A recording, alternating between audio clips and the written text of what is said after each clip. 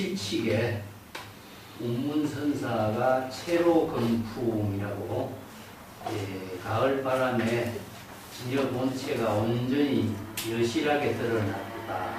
이런 이제 대답을 중심으로 해서 이제 제목을 붙였는데 이 한칙이 봉하는 굉장히 간단한 질문이거든요. 본칙에는 뭐냐, 나무가 시들어서 메마르고 잎이 떨어졌을 때는 이런 경지는 어떤 경지입니까? 이렇게 이제 가을철에 나무 잎이 떨어지고 가지만 나무 원줄기만 앙상하게 남아있는 모습을 이렇게 이제 표현해갖고 질문했는데, 그 운문선사는 가을 바람에 낙엽이 다 떨어지고 채로 진실된 진여 본체가 여실하게 그대로 드러났다. 이거 딱 한마디 대답이거든요. 근데 이 한마디 대답이 이제 중국 선성들에서는 진여 본체가 중생심의 번뇌 망념을 모두 다 초월한 입장에서 여실하게 드러난 경지를 이렇게 표현하고 있어요. 인도에서 경전의 법문은 전부 다 법의 체계로만 이야기했잖아요. 그죠? 진여 일심법이라든가, 바로,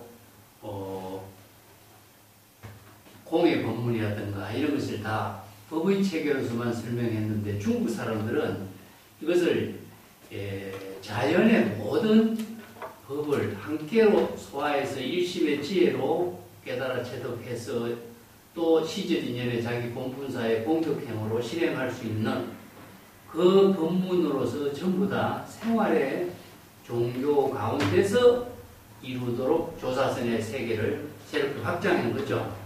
그렇기 때문에 선생들의 질문 하나하나는 일상생활의 시절인연과 환경과 모든 사물을 대상으로 하고 있지만은 그 시절인연과 대상경계의 화물, 환경, 그 나무라든가 풀이라든가 태양이라든가 뭐 땅이라든가 어떤 사물을 제시하더라도 그 사물이 일심의 작용으로서 함께 이루어지고 있다는 사실을 지금 여기 시절인연과 함께 본분사로 작용하는 묘용으로 그 경지를 실행하지 못하면은 안목 없는 일이 돼요. 그러니까 언어는 언어대로, 법은 법대로, 또 사물은 사물대로, 또 시절인연의 모든 환경은 환경대로 이것이 따로 존재하는 것으로 보지 않고 일심의 지혜로 작용하는 세계와 함께 이루어지고 있다는 사실을 직접 지금 여기 자기 본분사로서 실행해요. 그렇지 않으면 이 선생들이 조사선의 지혜로운 삶을 현실 생활 속에서 여실하고 여법하게 본분사로서 묘용을 드러낼 수가 없어요.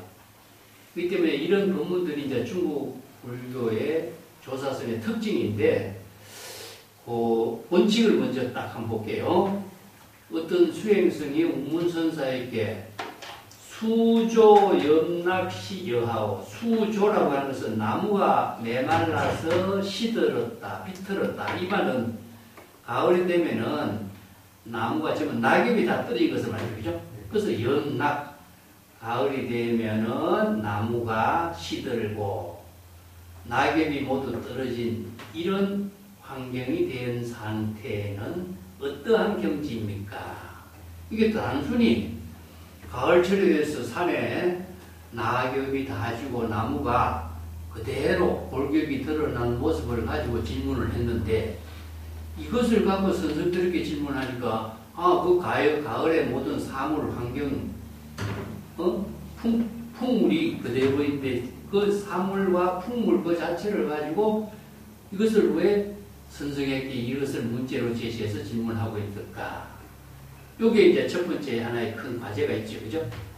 두 번째는 이제 거기에 맞춰서 운문선사가 채로 건풍, 가을 바람에 나무 본체가 여실하게 감춤이 없이 드러났지, 이런 말인데, 여기서 채로라고 하는 말은 형식적으로는 나무의 모든 낙엽이 진 나무가 그대로 본체가 드러난 것이지만은, 여기서는 진여 실상이 법체가 여실하게 드러난 것을 이렇게 표현합니다. 여기서 은유적인 표현을 여기에서 많이 제시하고 있어요. 그래서 이걸 이제 이런 본문이 이루어지고 있던 내용의 근본을 우리가 경전을 통해서 조금 뒷받침해서 이해하고 선생들이 이런 질문을 한 내용을 우리가 탐구해야 할 과제가 오늘 벽암록 공부하는 중심입니다. 자, 원칙공안은 문어록에 전하고 있는데 원어 법권선사는 이 원칙공안에 대해서 이제 여러 가지 조금 부연 설명을 제시하고 있습니다만은 나무가 시들다. 여기서 조라고 하는 것은 여기 나무가 이제 가을철이 되면은 낙엽을 떨추죠. 왜 나무가 가을철이 되면은 낙엽 잎을 떨춥니까? 겨울 한 해를 지내려면은 잎으로 소모되는 모든 그 영양분을 이렇게 소모되는 영양분을 떨치죠. 이게 잎이 나서 여름에 봄에 잎이 나서 햇살을 받아가지고 햇빛의 광명과 자양분을 받아들여가지고 나무가 생명활동을 했는데 나무가 생명활동을 해서 가을철이 되면은 겨울을 나기 위해서 나무가 쓸데없이 잎으로서 소비되는 모든 에너지를 나무 스스로 떨쳐버린 거죠. 그래서 우리가 가을철 되면은 낙엽이 생기는데 그 잎이 변하는 것은 무엇이죠? 나무가 스스로 자신의 잎을 떨쳐버리기 위해서 고사시키는 거죠. 그러면 이제 잎이 떨어지면은 잎에서 발생하는 여러 가지 에너지가 나무 자체에서 손상되는 것을 방지하게 되는 거죠. 그러면 겨울에 그 나무는 모든 기운을 뿌리에다가 다 두고 한겨울을 잘 이렇게 성장하고 또 새봄이 되면은 또 잎을 만들어서 태양의 빛을 받아들여서 생명활동을 하는 이런 이제 시절 인연에 따라서 생명의 작용이 이루어지고 있는 실상의 세계를 나무에다 비유한 거죠. 그래서 이 질문은 차사문이라고 그래요. 차사문이. 선생들이 차사문이라고 이렇게 질문합니다. 그래서 사건을 빌려가지고 불법의 대의를 질문하는 거죠. 이 사건이라는 것이 뭐냐면은 여러 가지 이제 시절 인연에 따라서 풍물이라든가 사물이 존재하고 있는 여러 가지 사건. 자, 풍물이라든가 사물이라든가 여기서는 뭡니까? 나무를 제시했지만은 일체의 모든 사물은 시절 인연에 따른 거죠. 시절 인연에 따라서 생명 활동을 하고 있잖아요. 그래서 생명 활동하고 있는 그 본질을 생명의 작용의 본질을 지금 질문하고 있어요. 그래서 이제 나무를 제시했지만은 이걸 이제 시절 인연에 따라서 사물이 생명 활동하고 있는 그 본질의 작용을 질문하는 사람도 굉장히 차원이 높은 질문인데 일상적으로 질문하는 것이지. 근데 선생들에게 선생의 지혜로서 이 질문하는 것은요, 제법 실상법을 질문하고 있어요. 그래서 이제 경전에서도 이런 법문이 열반경에서 이 법문을 토대로 두고 있습니다. 내 뒤에 조금 이따 소개했습니다만은 이제 선은 천지 자연과 제법의 실상법을 제시하고 있다. 이체의 모든 제법의 진실된 실상법. 이거 법화경에서 제시하고 있는 법문이 뭐죠? 바로 제법 실상법을 제시하고 있죠. 그래서 일체의 모든 제법의 실상이라고 하는 것은 이것을 다른 말로 한다면 진열을 말합니다. 일체의 모든 제법이 여기서 이제 경전에서는 제법이라고 하는 것은 바로 일심의 작용을 모든 것을 제법이라고 했지만 중국에서는요 모든 사물 하나하나를 모두 다 제법에다가 그래서 이제 삼라만상에 존재하고 있는 일체 만법 일체 만법이 모두 다 제법이 되어 있는 거죠. 그죠? 그래서 이제 만법을 생명으로 작용하는 근본은 무엇이냐? 진여죠. 그래서 이제 만법 이려 이런 말씀입니다. 그래서 일체 만법과 진여와는 어떻게 되죠? 우리의 관계로서 이루어진 세계다. 그래서 삼라만상의 일체 만법은 일법의 도장을 찍어서 나타낸 것과 같다. 이렇게 하는 거죠. 여기 우리가 사물이 존재하고 있는 모든 사물이 객관적으로 따로따로 존재하는 것이 아니라 근원의 생명에서 볼 적에는 우리 일심과 일체 만법과 생명의 작용이 하나라는 사실이죠. 이걸 이제 중국의 사람들은 뭐라고 표현하냐면은 만물 일체라고 하죠.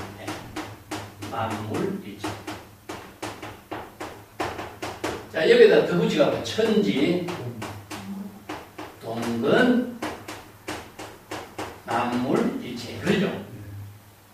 자, 그렇기 때문에 일체의 모든 법에 대해서 여기서 나무로 질문했지만은 그것을 나무로만 보는 것이 아니라 천지, 동근, 만물 일체, 일체의 모든 사물이 시절 인연에 따라서 생명으로 작용하고 있는 그 실상의 근본을 질문하고 있습니다. 이걸 차사물이랍니다. 이게 풍물이라든가 사물이라든가 존재라든가 제법이라든가 일체의 만물이 시절 인연에 생명활동하고 있는 그 근본의 입장을 지혜로 작용하는 실상의 근본의 뜻을 질문하고 있어요.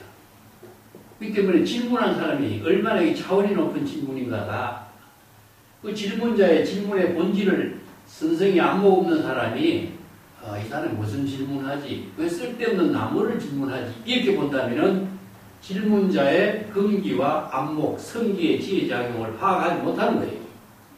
그래서 운문선사와 같은 뛰어난 안목을 갖춘 사람은 이 질문에 바로 성기의 지혜로 풍물로 대답하는 거예요.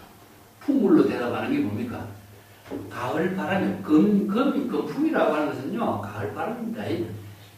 중국인들이 그 토, 수, 화, 목 이렇게 월, 화, 수, 목, 금, 토 이렇게 지역을 이렇게 나누어서 이렇게 붙이죠. 그래서 이제 동서남북이라든가 계절이라든가 이렇게 붙인 언어가 이게 금은 가을을 이야기합니다. 그래서 금풍은 무엇이냐면은 가을 바람입니다. 가을 바람이 되면은 가을에 낙엽이 떨어지고 고목이 그대로 드러나는 시절년의 생명의 작용이 여실하게 작용하고 있는 그 실상의 세계에는 어떤 경지입니까? 이런 질문에 운문선사는 가을 바람에 진여 본체가 숨김없이 여실하게 드러난 경지지. 이런 표현이죠. 이거 체로 된 조금 이따 설명하겠습니다만은 여기서 체로라고 하는 말을 다르게 바꾼다면은 진여 본성입니다. 진여 본성의 진실한 본체가 생명의 작용의 근본 당체가 여실하게 드러난 것이다. 여기서 이제 비유적으로 봅니까? 바로 나무의 잎은 뭐죠? 나무의 잎이라든가 이것은 쓸데없이 나무 껍질이라든가 나무의 잎이라든가 이것은 전부 다 번뇌 망념에 비유되는 거죠. 이게 일체의 번뇌 망념이라든가 사양 분별을 대상 경계로 보는 세계가 모두 다 소멸된 경지에서는 진여 본체가 여실하게 드러난 경지이지. 이런 표현이에요. 이게 본질적으로는. 근데 우리가 어록이라든가 선생들의 법문 가운데서 이 법문을 가지고 여러 가지 설법한 것이 경전에서 이야기하는 법화경에서는 제법 실상법이죠. 자, 법화경에서 제법 실상법이라고 하는 그 본질을 질문했을 때에 법화경에서 또 하나의 유명한 법문이 나온 것이 뭐냐? 로지 배구인가요? 그럼 여기서 체로 금풍은 다른 말을 바꿔보세요. 로지 배구가 같죠, 그죠? 네. 자, 이런 법문들이 전부 다 여기에 내포되어 있어요. 그래서 경전이라든가 어록에서 설하고 있는 다양한 선생들의 방편 법문을 우리가 같이 이야기하죠. 체로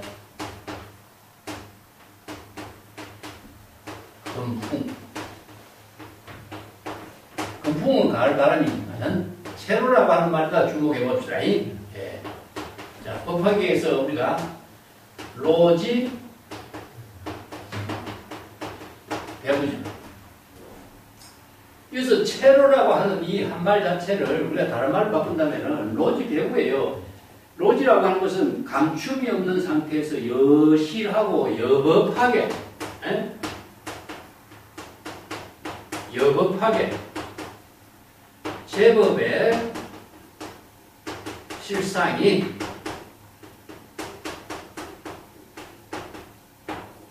드러난 것이 배부다. 배부를 우리가 뭘로 비유하죠?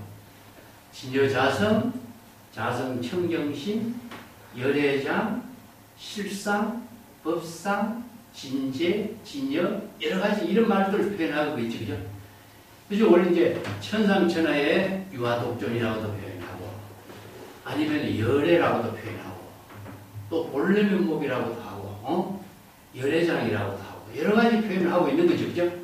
이걸 이제 유명한 본문 가운데는 현상 가운데의 동로신 일체의 삼라만상 가운데 홀로 여실하게 드러나서 감춤이 없는 거죠.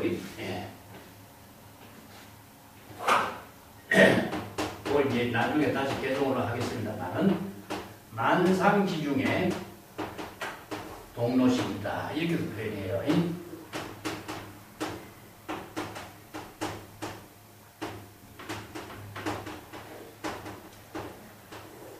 동로신을 우리가 다른 말을 한다면 무엇이죠? 열애법신이라든가 진여법신이라든가 이런 말을 표현하죠. 그죠? 그래서 대성불교의 가장 특징이 무엇이냐면은 열애장이라고 하는 열애비호법장 재물열애가 똑같이 구족하고 있는 일체 중생이 본래 모두 똑같이 구족하고 있는 것이 바로 열애 비밀법장, 이걸 열애장이라는 거죠. 이 소성불교에는 열애장 사상이 없어, 불성 사상이 없어. 마음이라는 표현은 있는데 그 마음을 청정하고 마음의 번뇌망념을 없애고 하는 이런 법으로서 열애 소성불교에서 이야기해요. 우리가 유마경에서 나오잖아요, 그죠? 아라한이라는 것은 뭡니까? 마음의 번뇌망념을 다 죽이고, 없앤 살적. 이게 번뇌망념의 도적을 다 죽여야 아라한이 되는 것이에요. 이게 뭐냐면 도적을 죽였다라고 하는 것은 번뇌망념의 도적을 없앤고 본래 깨달음을 취득한 입장이 아라한이잖아요. 그렇기 때문에 죽이고 살리고 하든가 도적을 없앤다든가 이런 것은 또 하나의 대상 경계의 차별상에서 벗어날 수 없는 것이죠.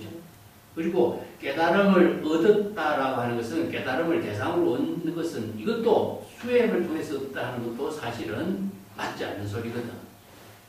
그 대성불교에서는 얻고 잃어버린다든가 옳고 그름이라든가 선과 악이라든가 이것을 두 가지를 모두 한꺼번에 다 초월해야 되잖아. 그래야 본래 열애장으로 되돌아가는데 그것은 이제 대성불교의 수행은 본래 청정한 경지를 회복하는 것이 수행이잖아. 그렇기 때문에 수행은 불교에서, 대성불교에서 수행은 뭡니까? 발심 수행이잖아. 발심 수행과 방편 수행으로 이루어지는데, 발심 수행 그 자체가 바로 일체의 중생심의 번뇌망념을 죽이는 것이 아니라 비운다라고 이제. 그러면 죽이는 것은 없애는 것이고, 비운다라고 하는 것은 본래로 되돌아감과 동시에 비워지는 거니까. 그래서 이제 대성불교의 수행은 수행을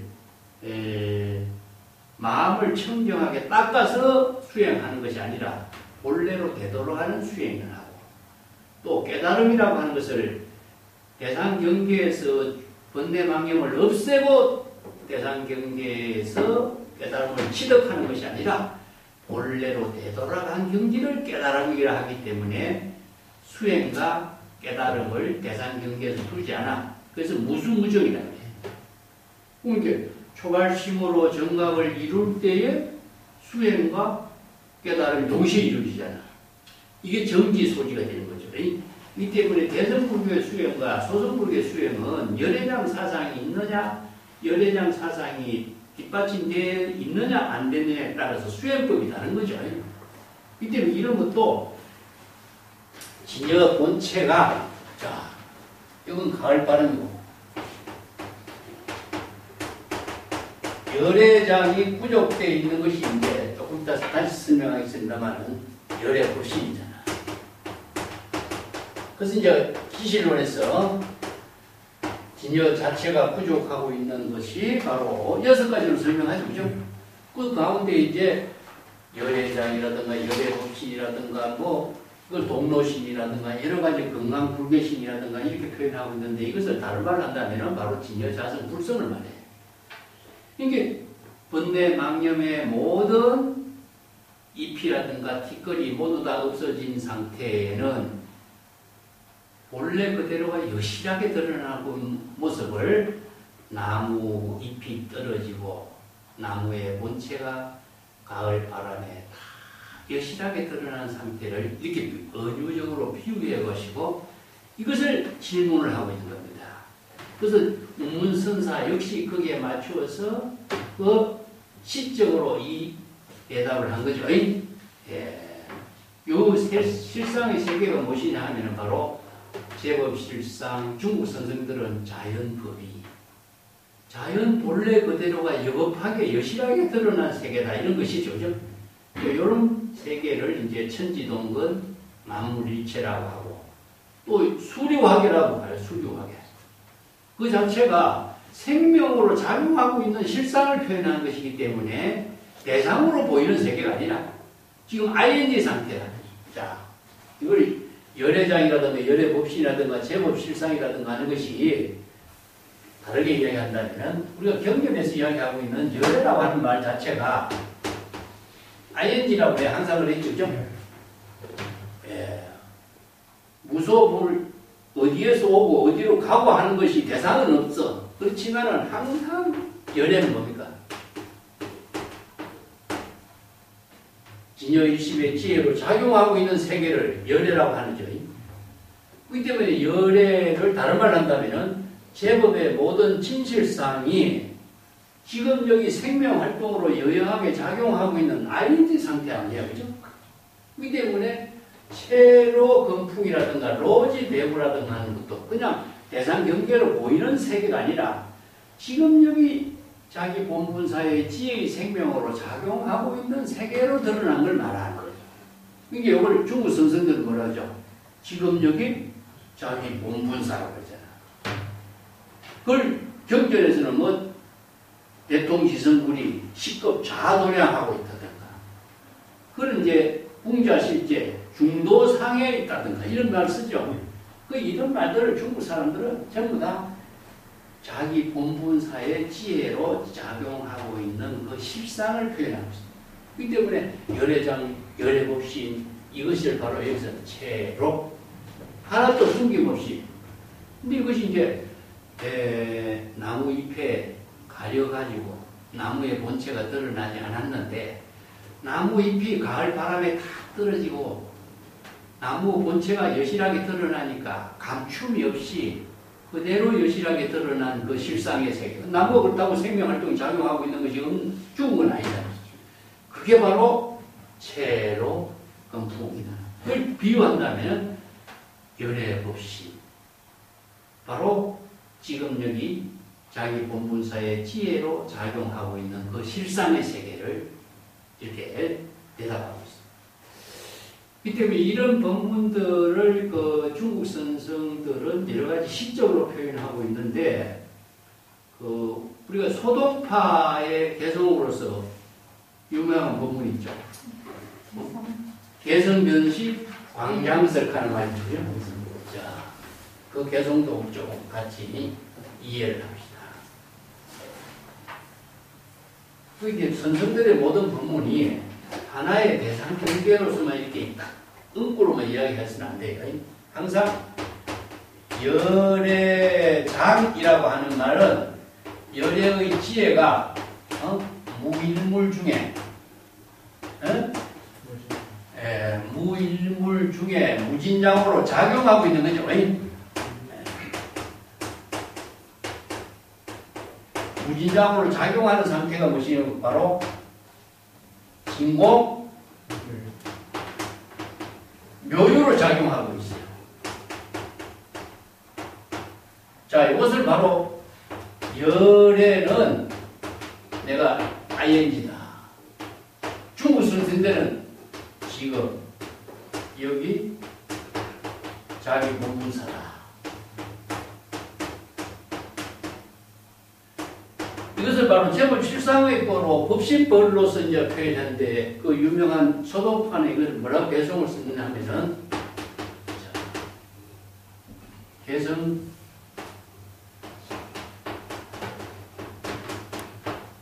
열물 흐르는 소리입니다.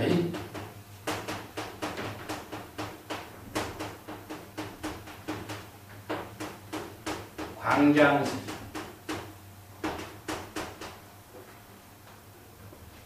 광장설은 재불의 설법상을 말합니다.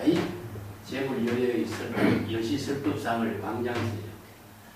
개울물 흐르는 소리는 지금 뭡니까? ing죠. 그게 수류하계라 이게. 네. 수류하계. 이거 지금 ing 상태예요. 모든 것이 제법 실상이라고 하는 것은 지금 본분사의 묘용은 법신의 지혜용은 지금 여기 자기 본분사에 작용하는 그 세계나 개울물 흐르는 소리가 강장성의 설법상이나 산색 기비 청정신이요.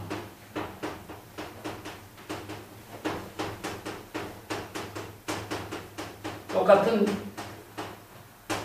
법신의 세계를 이해하고 있습니다.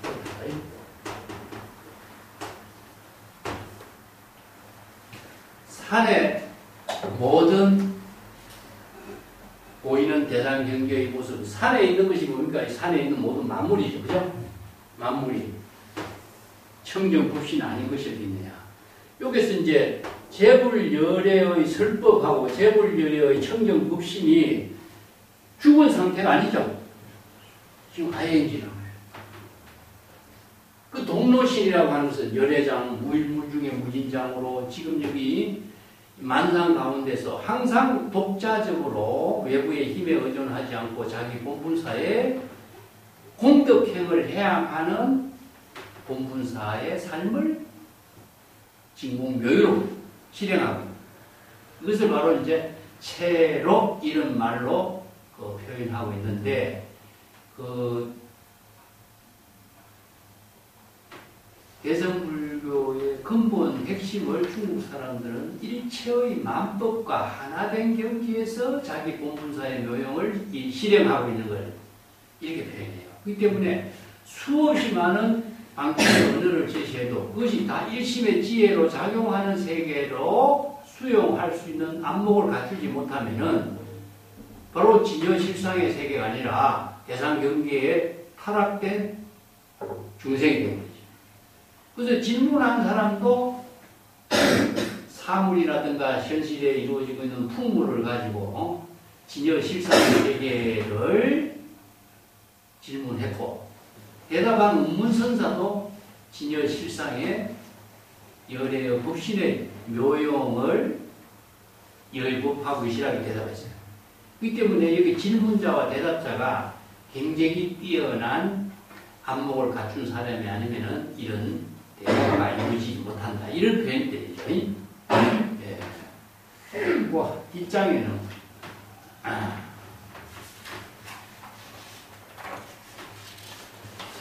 170조 교재를 봅시다.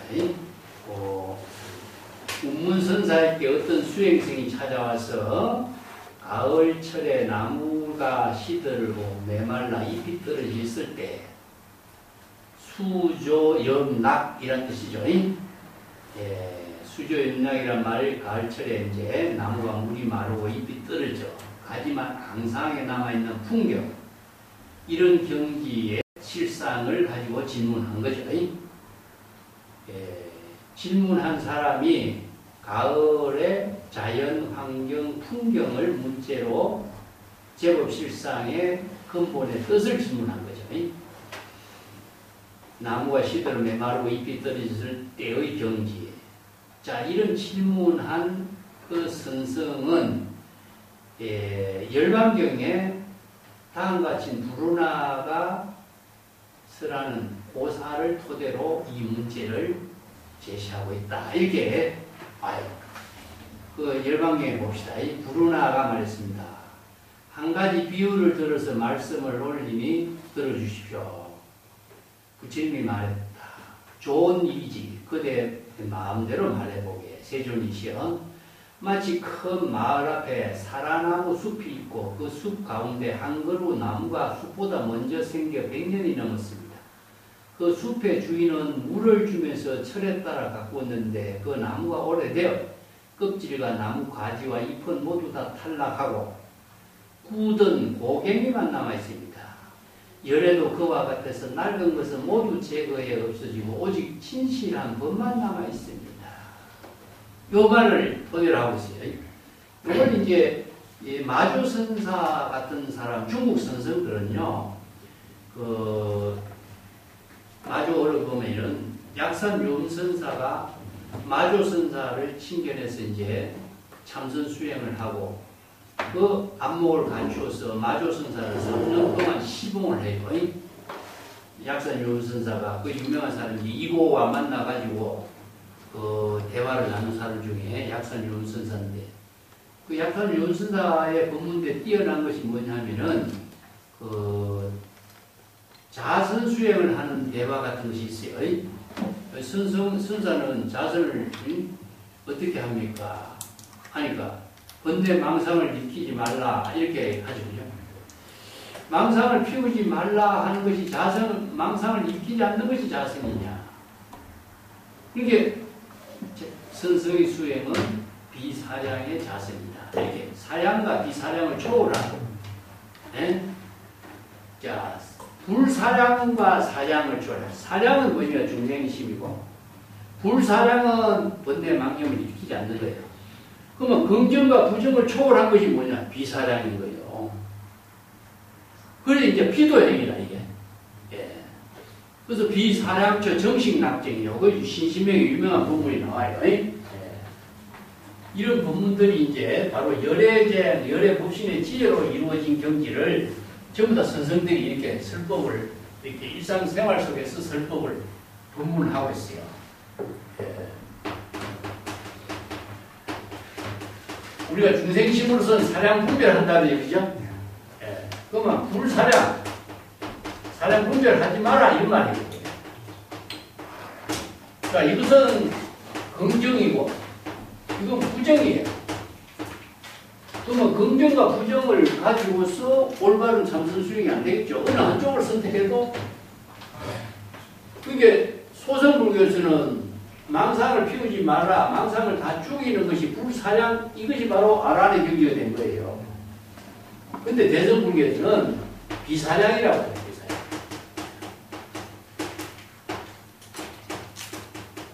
그래서 이 비자가 우리는 아니불자하고 비자에 대해서 착각을 잘 못해요. 근데 비는 무엇이냐? 바로 일체의 모든 진여자성의 지혜입니다. 이 때문에 열애장으로 되돌아가는 수행을 대성불교에서는 이야기하고 있어요. 이게 뭐 체로 건풍이라는 건 뭡니까? 중생심에 번뇌 망념, 긍정과 부정이라는 낙엽을 모두 다 떨쳐버리고 본래로 되돌아가는 진여자성의 지혜로 지금 여기 자기 본분사의 묘용을 이룬 경지, 이게 바로 재불열의 법칙이잖아요.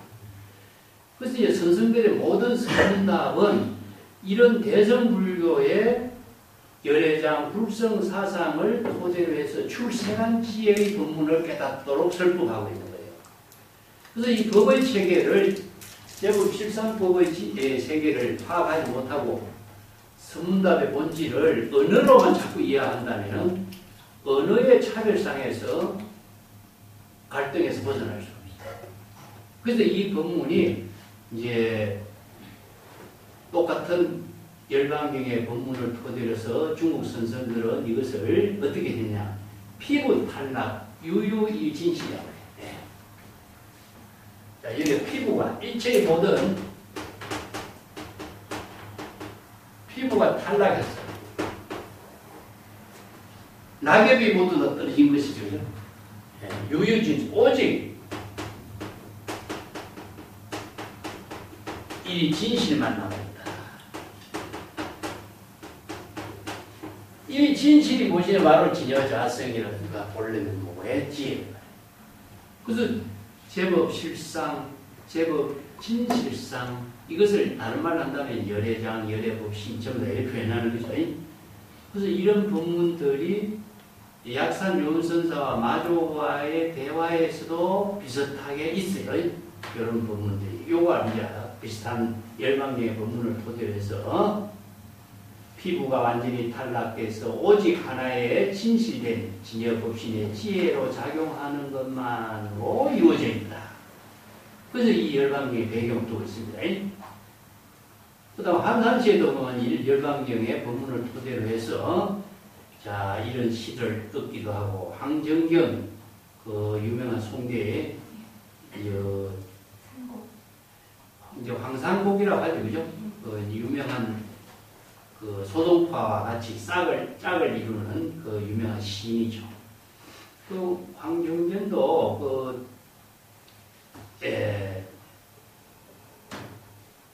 선시계통의 법문들이 좋은 법문들이 전하고 있어요. 그래서 한산시에도 피부와 탈락, 트럭이 모두 떨쳐지니 오직 진실만이 남아있다. 그 육조담경에도 낙엽이 떨어져 근본으로 되도록 한다. 염락기본이란 말이죠. 그죠? 이걸 이제 신신명에서는 기근덕지. 기근덕지. 예. 이런 표현들이요. 전부 다 오늘 그 제로건품과 같은 내용들로 연결되어 있는 법문이에요. 기근덕지. 원래 이게 이런 법문들은 노자의 사상하고 좀 비슷하죠, 그죠?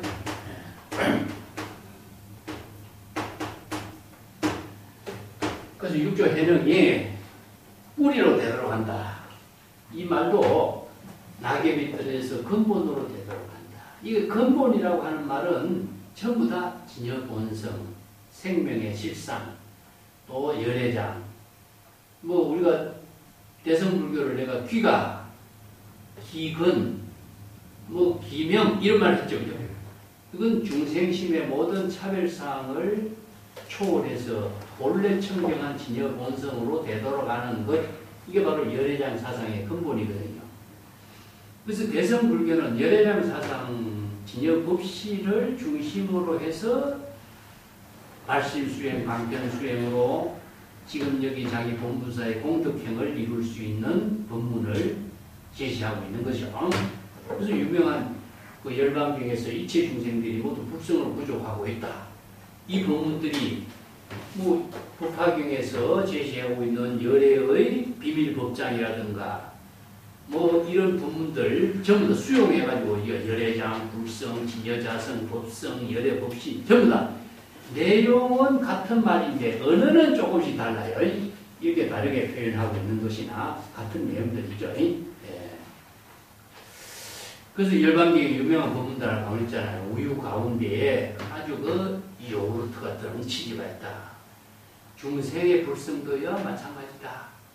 그렇기 때문에 똑같은 우유 가운데서도 그 우유를 여러 가지로 우유라든가 뭐 요구르트라든가 치즈라든가 이게 차별 분별로서 나누어지는 세계가 아니라 본래 근본은 치즈는 나눌 수 없는 세계가 되는 거예요. 그것을 바로 불성이라고 해요.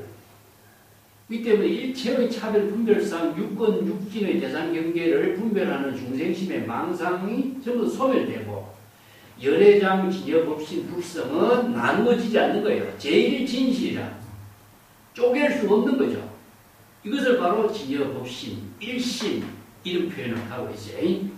그래서 이런 불성을 깨달아 체득하고자 한다면 반드시 시절인연에 일체의 사물의 형색을 잘 관찰하라 이런 말씀. 이 기근덕지라는 말도 이 말이에요. 불교 열반경에 있는 말도 시절 인연에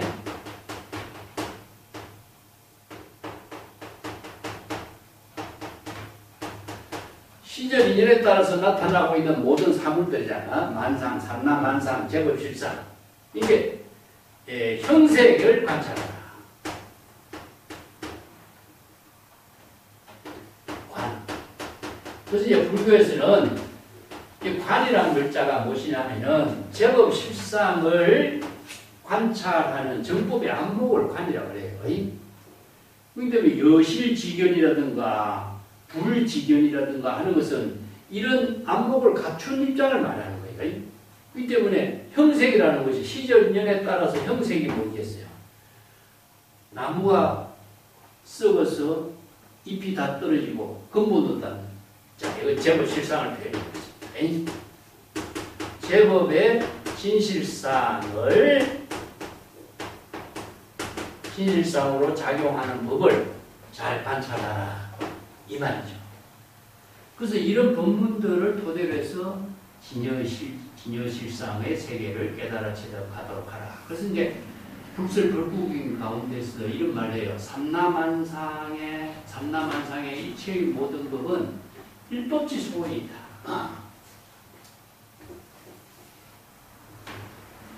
쭉 불교에서 많이 이용하고 있는 법문들인데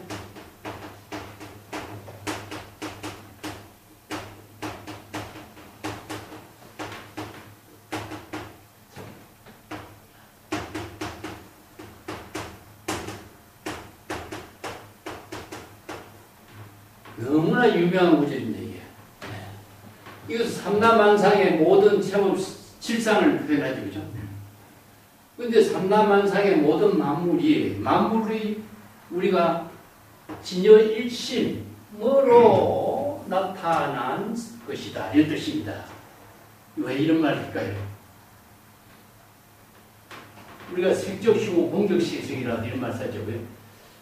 우리가 다르게 표현한다면은 우리가 사물을 우리가 보고 듣고 하는 만물과 우리가 시절 인연에 함께 우리가 생명활동하고 있어요. 이게 시절 인연에 따라서 만물과 생명활동을 함께 했을 때에 내가 만약에 죽고 난 뒤에 만물이 생명활동이 존재한다고 보이냐 아니냐. 이런 질문을 가상에 던져봅니다. 보통 보면은 나이가 죽고 난 뒤에도 만물은 다 존재하죠. 존재하죠. 그렇지. 그런데 실제로는 그렇지 않아요. 내가 없으면 만물이 존재하지 않는 거예요. 그럼 자아의식으로. 자아의식이 아니야. 만물과 함께 생명활동하고 있기 때문에 내가. 그래서 만법 이래라. 우리가 만물일체라든가 만물일체 천지동건이라고 하는 말이 이 말이야. 우리가 인식을 하고 있고 생명활동하는 것 자체가 대상으로만 보이는 세계가 아니라 만법과 나와 하나로서 생명활동하고 있기 때문에. 그렇기 때문에 일법이라는 것을 다른 말로 하면 일심이에요. 일심. 그래서 일심의 작용으로서 일체 삼라만상과 우리 함께하고 있어요. 그래서 만물일체, 만법 일이여 이렇게 써요. 이걸 달리 보면 안 되는 거예요. 근데 인식의 주체가 없으면은, 생명의 주체가 없으면은 만물이 없어지는 거예요. 그건 객관적으로 볼 적에 사람 죽고 나서도 만물은 존재한다고 봐. 그렇지만은 주관적인 입장에서 볼 적에 자신이 없으면은 만물은 존재하지 않는 거예요. 네. 그렇기 때문에 우리의 생명이라고 하는 것은 만물과 함께 이루어지고 있는 것이라. 이게 시절 인연과 일체 제법 실상과 만물과 삼라만상과 우리들의 일심의 지혜 작용 속에서 삼라만상과 우리들의 삶은 이루어져. 그래서 이게 만물일체, 천지동건 이렇게 쓰고 만법과 하나 된 경지에서 우리들의 삶은 이루어지고 있어요. 이걸 바로 시절 인연을 제법 실상법을 시절 인연의 형색을 잘 관찰하라. 이것은 시적인연을 대상으로 관찰하는 이유가 없어요. 자신의 생명과 하나로 이루어진 세계를 관찰하는 것이야. 그렇기 때문에 이게 나무라든가 모든 풍물이라든가 사물이라든가 선생들이 제시하고 있는 것을 대상으로 이야기한다면 이것은 입심의 지혜작용이 되지 않아. 대상 경계가 되지. 그래서 이 법문을 바로 열애의 경지를 이루게 하는 법문으로서 이 법을 쓰라고 했어요. 우리가 객관적으로 이것을 뭐 지식으로 이렇게 아무리 본들 이거 선의 세계를 자신이 지혜로 이루는 경지는 이루지 못하는 거예요. 지식으로는 막 이렇게도 말하고 저렇게 말하는구나 지식으로만 이해해버려요. 그래서 선은 그게 아니야. 자신의 지혜의 생명으로 이루어지는 실상을 깨닫도록 제시하고 있어요. 그래서 이 본문의 의미를 우리가 잘못 이해한다면요, 단순히 지식으로 소화시키는 수밖에 없어요. 그렇게 하면은 불교 경전, 출세간 지혜를 제시하고 있는 불교 경전이라든가 선생들의 본문은 의미가 없어져. 그 때문에 십지경 같은 데도 나오잖아. 중생 몸 가운데에 건강, 다이아몬드 같이 파괴, 불괴, 건강의 불성을 일체 중생이 구족하고 있다. 그 일체 중생이 모두 불성을 구족하고 있다는 말. 이건 마치 태양과 같다. 그 태양을 비로자나 불이라고 해. 그래서 우리가 이야기할 적에 비로자나 불이 태양이기도 하고 그걸 비유하는데 열의 법신으로 표현하고 있죠. 지혜가 지금 작용하고 있는 ING 상태이기 때문에. 그래서 이제 태양에다 비유하는 것이 화엄경에도 나오잖아. 신기하고 신기하다. 이체 중생이 지체불열애와 똑같은 지혜 광명을 구족하고 있는가. 그렇기 때문에 열애장에 구족되어 있는 6가지의 그 덕을, 뜻을 이야기해 주죠. 진여 자체상으로, 그죠?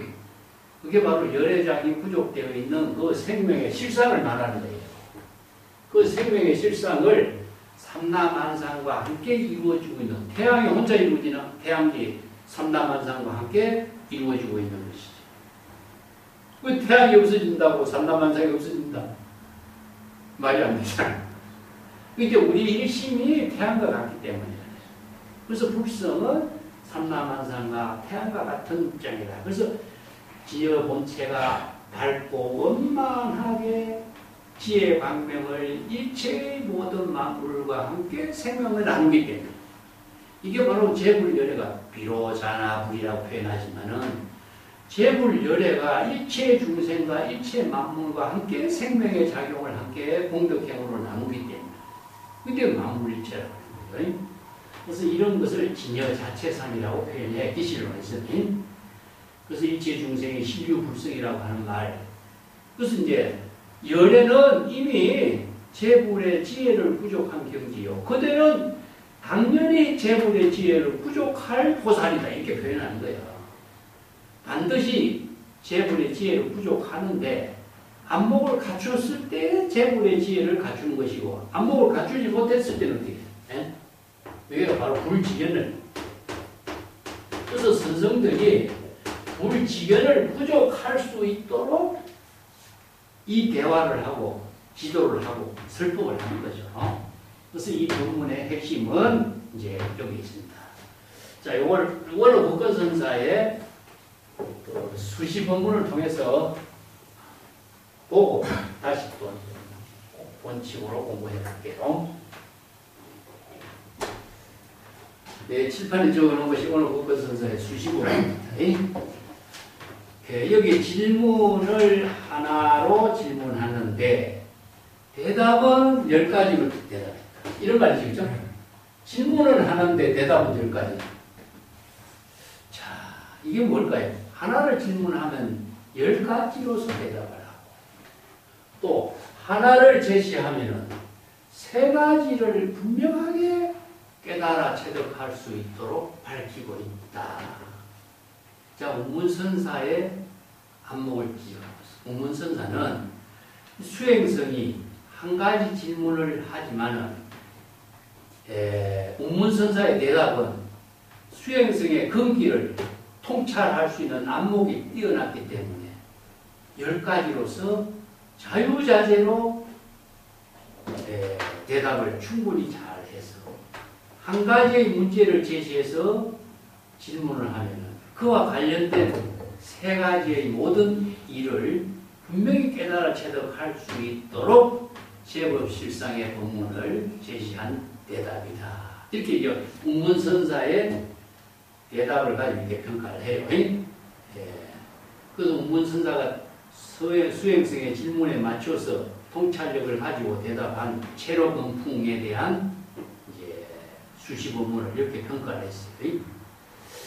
근데 이제 밑에 구절은 견토방옹이에요. 토끼를 보고 매를 사냥꾼이 토끼를 잡도록 놓는 거죠. 그죠? 매 사장하는 중국에는 옛날에 매 사장이 많았던가 봐. 그래서 이제 왕유의 시에도 보면은 낙엽이 다 떨어지고 고목나무가 됐을 적에 매의 눈이 빠르다 이렇게 표현해. 재미난 표현이지. 낙엽이 가려져 있으면은 사냥할 물건, 토끼라든가 이런 사냥할 물건이 가려져서 안 보였잖아. 근데 낙엽이 다 떨어지고 나무만 앙상하게 남아있으면은 매의 눈에는 사냥감이 그대로 보이잖아. 매의 눈이 빠르다 이렇게 표현하는 거예요. 신속하게 사냥감을 볼 수 있다는 표현을 이렇게 해요. 그래서 토끼를 보고 매의 사냥꾼이 매의 자죠. 매를 넣는 거예요. 자, 이거 마찬가지로 뭐냐. 선성이 그 수행성의 질문에 맞추어서 여법하게, 여실하게 대답을 능력에 맞춰서 방편법문을 제시하는 걸 입혀요. 그리고 또 하나, 바람에 따라서 불을 넣는다. 그것도 마찬가지죠. 바람의 방향에 맞추어서 불을 넣는 거. 이건 이제 불을 넣어도 역풍의 바람을 맞춰서 불을 넣으면은 그 불을 자신이 뒤집어 쓰지만은 순풍에 맞춰서 불을 넣으면은 시절인연에 맞춰서 여법하고 여실하게 바로 정법을 제시할 수 있는 안목을 바르게 제시하는 대답이다. 이런 표현이죠. 이게 선성이 수행자 근기와 능력, 안목에 맞추어서 그게 상응하는 방편법문을 제시하는 것을 가지고 이렇게 읊고 있습니다. 여기서 이제 바람에 맞추어서 불을 넣는다는 것은 이것은 순풍이라 지기지.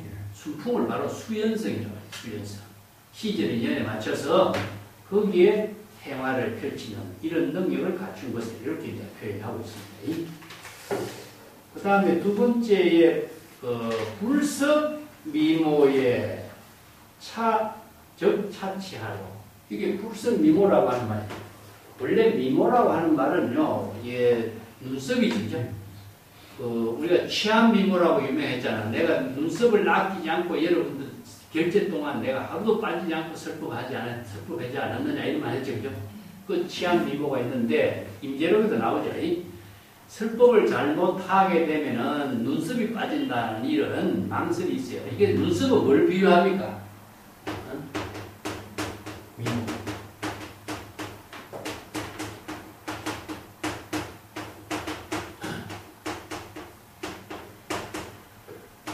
눈썹하고 비공은 본래 면목을 비유합니다. 얼굴을 가지고 중국 사람들이 이렇게 표현해. 전에 우리 종명록 공부할 때 나왔죠.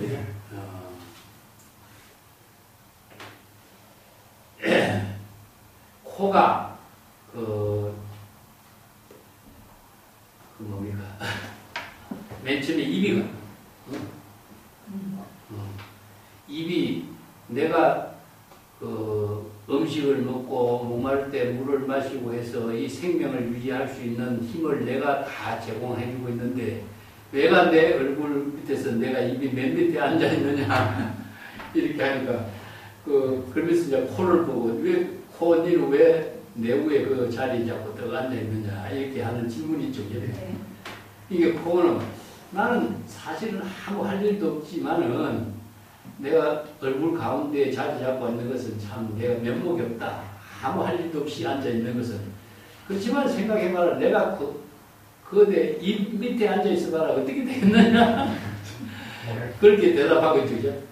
코가 아무 역할도 하지 않는데 코가 얼굴 가운데 있는 거야. 그래서 비공이라고 하는 콧구멍인데 콧구멍을 볼 수가 없잖아. 내 자기 눈이. 있는데도 보이지 않는 거야. 볼 수 없는 거야. 없는 것은 아닌데 있는데도 대상으로 보이지 않는 거야. 그래서 이거 비공이라고 하는 것을 본래 면목에도 비유해요. 그래서 코가 조금 있다가 보니까 자기 위에 눈이 있거든. 눈 보고 너는 왜 내보다 높은 자리에 앉아 있느냐 하니까 눈이 내가 보지 못하면은 계곡에 떠지거나 가시밭에 떠지거나 물에 빠지거나 위험에 당했을 적에 어떻게 대처하겠느냐. 내가 사물을 잘 보기 때문에 위험에 대처해서 잘 살고 있지 않느냐. 그리고 이제 눈이 자기보다 위에 앉아있는 눈썹을 보고 말하는 거지. 눈썹을 보고 너는 왜 내부에 앉아있느냐 하니까 눈썹이 하는 말이 뭐냐. 사실 나도 아무 할 일도 없이 하는 일 없이 내 얼굴 맨부에 앉아있는 것이 좀 부끄럽기도 하지만은 그래도 어떻게 하느냐. 내가 니 밑에 앉을 수도 있고 이 밑에 앉을 수도 있을 수도 없지 않느냐. 그냥 이대로 앉아있는 것이 얼굴 모습을 유지하는 데는 가장 좋지 않느냐. 이렇게 표현하죠. 그죠? 그래서 이제 눈썹이라든가 코는 아무런 역할을 하지 않는 것을 비유해요. 얼굴에서. 아님이 설신을 뭔가 귀, 눈, 코 이것은 아님이 설신의 역할을 하는 거예요. 이 대상 경계로. 혀라든가 이런 건데. 이건 눈썹하고 콧구멍은 아무런 역할을 하지 않는 걸로 표현해요. 그래서 본래 면목에다 비유하는 거예요. 아니 뭡니까? 바로 여여부동이다. 여여부동의 경지를 그래서 본래 면목으로 중국 사람들이 이렇게 은유적으로 표현하는 거예요. 그래서 이제 눈썹이 빠진다 하는 말이 무엇이냐 하면은 본래 면목을 잃어버린다. 왜냐하면 무명무상 교질체라든가 일체 은서를 초월한 분리문자라든가 진여는 은전 불급의 세계고 분리문자의 경지인데 언어를 많이 쓰려면 뭡니까? 본래 면목을 잃어버리는 거 아니에요. 본래 면목을 상실하는 역할도 되지 않느냐. 그래서 이제 본래 면목 눈썹이 빠진다 이런 표현을 하는 거예요. 그래서 이제 내가 눈썹을 빠지는 것, 본래 면목을 상실하는 것, 내가 쓸데없는 말을 많이 해가지고 본래 면목을 지혜를 잃어버린다든가 이런 것까지도 내가 감수하고 이런 말이죠. 감수하고 차치하고 이런 것을 의식하지 않고 단지 그 호랑이 굴에 들어갔을 때는 어떻게 해야 되느냐. 호랑이가 왜 호랑이 굴에 들어가죠? 호랑이 새끼가. 사람이 왜 호랑이 굴에 들어가야 되지? 호랑이 새끼를 얻으려면 호랑이 물에 들어갔다고 우리가 지나치게 공부했죠. 그죠? 예, 호랑이 굴 속에 들어가지 않으면 호랑이 새끼를 구할 수가 없다.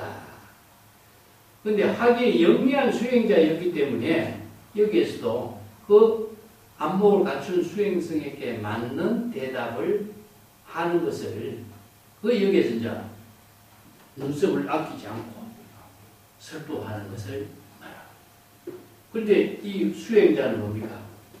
용기 있는 수행자는 운문과 같은 호랑이를 만나서 호랑이에게 이런 질문을 과감하게 했다. 이런 표현이에요. 그래서 호랑이 굴에 들어가서 운문 같은 사람을 만나가지고 호랑이에 잡을 수 있는 용기를 발휘했기 때문에 이런 질문을 던질 수 있는 수행자였다. 그래서 이런 수행자를 어떻게 제접해야 될 것이냐. 그러니까 안목을 갖추지 못한 사람은 이런 수행자를 바르게 제접하지 못한다. 이런 표현이죠. 예. 그래서 하기를 높이 평가하는 운문선사, 호도국건선사가 이렇게 수시 부분으로 제시했어요. 하긴의 안목도 뛰어났고 대담 역시 뛰어났다. 자, 이러한 수행성과 운문선사의 대답을 본책공안을 통해서 잘 관찰해보라. 이런 표현들이죠. 예.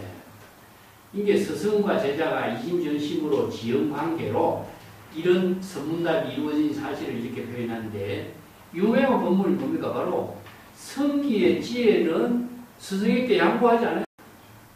자신의 성기의 지혜로 본문사를 살아야 되는 것이지 스승이라든가 뭐라든가 이런 것을 의식한다면은 자신의 독자적인 성기의 지혜, 법신의 지혜로 작용하는 묘용이 살아날 수가 없죠.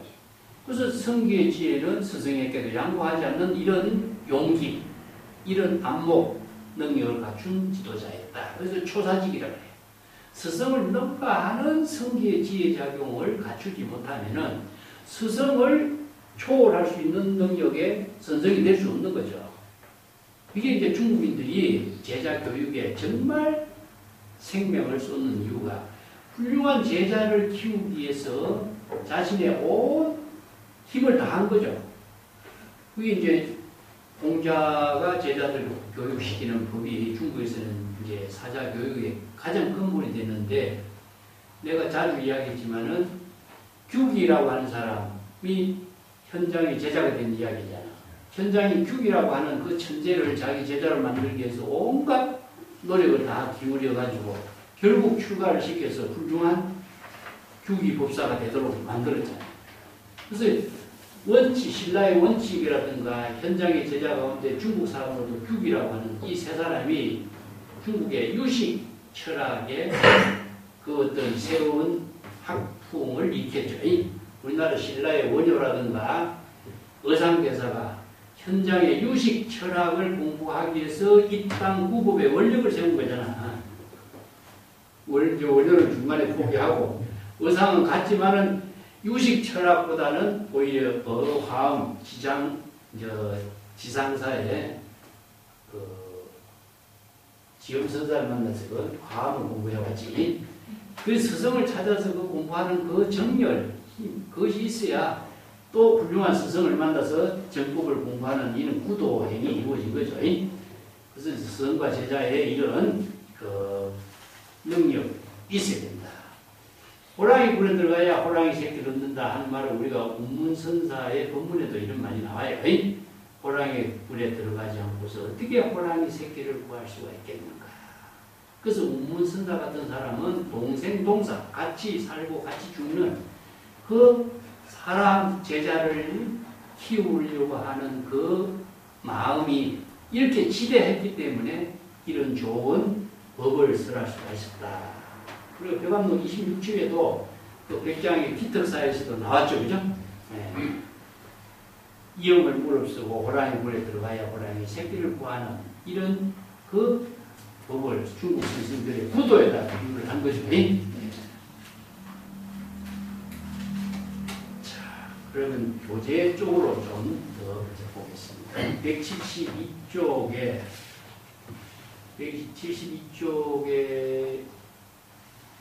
그 맨 밑에 줄을 보면 낙엽이 떨어져 근본으로 되도록 한다. 이건 듣기 이야기를 했는데, 이 말도 노자에서 사물을 번창하지만 각기 근본으로 되도록 한다.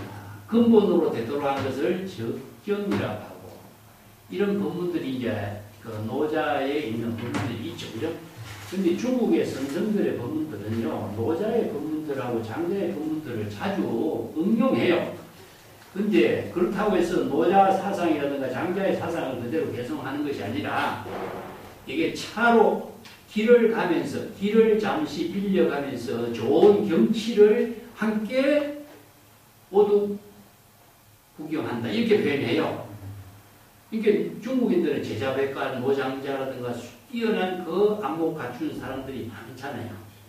그리고 언어 그 자체가 중국인들이 자연의 법을 설하는 언어가 많잖아요. 그래서 이제 불교 사상에서 자연 법의로 이루어지는 이런 노장자 사상의 언어를 많이 수용해서 이것을 함께 선성들의 독자적인 출세간 지혜의 방편법문으로 바꿔. 그래서 선문답에는 이런 노장자의 언어들이 많이 언급이 되고 있어요. 그 나중에 그 노장자의 이야기도 조금 이따 더 하겠습니다만, 우선 신신명에 봅시다. 신신명으로 근본으로 되도록 하면 종지를 체득하고, 사물에 비친 대상 경계를 따르면 근본을 잃어버린다. 자, 근본은 진여본성이죠. 그죠? 종지는 무엇입니까? 진여본성이 지혜로 작용하는 것을 바로 불법의 종지. 바로 본래 면목의 지혜를 부족하는 것이 바로 종지죠. 우리가 선에서 이야기하고 있는 여러 가지 종이라는 글자는 종지,根지, 불법의 대의. 이 말을 우리가 법이라고 해요. 불교 법이라고 해요. 그 경전에서는 이 법이라는 글자를 쓰는데 중국에서는 이것을 도라고 표현해요. 그래서 도나 법이라고 하는 말을 한마디 표현하죠. 그죠? 노자에서 이야기하고 있는 도라고 하는 것 자체를 노자 25장에도 나오죠. 어떤 한 물건이 있는데 혼성된 가운데에서 작용을 하고 있다. 그 도의 작용이 한 물건이 도를 표현하는데 그 한 물건이 어떻게 해요? 천지 이전에 이루어져. 근데 그 독립주행하고 있고 걸림이 없고 위험하지도 않고 그래서 이것을 뭐라고 이름 붙일 수 없어. 도라고 한다. 이런 말이 나오잖아요. 그죠? 이 때문에 중국에서 이야기하고 있는 도는 중국인들에게 굉장히 친근감 있는 언어고 법이라는 언어는 사실 중국 사람들에게 논리적인 사고의 언어이기 때문에 친근감이 좀 없어. 그래서 중국 선생들은 법이라는 말을 도라는 말을 하고 그래서 이제 일심지법이라는 말을 써. 달마가 중국에 있잖아. 일심지법. 이 법이 일심이 지혜로 작용하는 법이잖아. 그래서 이런 말을 푸는 거예요. 자, 종지, 현지, 대의. 다른 말을 바꾸면 일심이 지혜로 작용하는 법. 그렇기 때문에 진여일심이 여법하게 지혜로 작용하는 법을 종지라고 하고 현지라고 하고 불법의 대의라고 이렇게 표현해요. 그렇기 때문에 일심이 지혜로 여급하면 이건 뭐냐면 출세간지거든요. 다르게 또 출세간지이고 불이법문으로 이루어졌고 진여일심의 지혜에 작용합니다. 자, 향상과 향하로 이루어졌고 상구볼이 향상과 향하에 상구볼이 하와중생이 함께 이루어져 있죠. 그렇기 때문에 다른 종교에서는요 선만을 이루도록 하잖아. 공덕을 향하게 하는 법문으로 이루어진 것은 이게 불교밖에 없는 거예요. 악을 멀리하고 선을 추구하라든가 이런 한쪽이잖아. 한쪽에 좋은 방향만을 제시했잖아. 그죠? 근데 불교는 선악을 모두 다 초월해서 공덕을 상구보리 하와중생의 공덕행을 향하도록 해놨어. 이게 이체의 모든 차별의 갈등을 초월해서 출세간 지혜로 상구보리 하와중생, 살인도 하인 것. 이것이 바로 불의로 작용하도록 했네. 출세간 지혜가.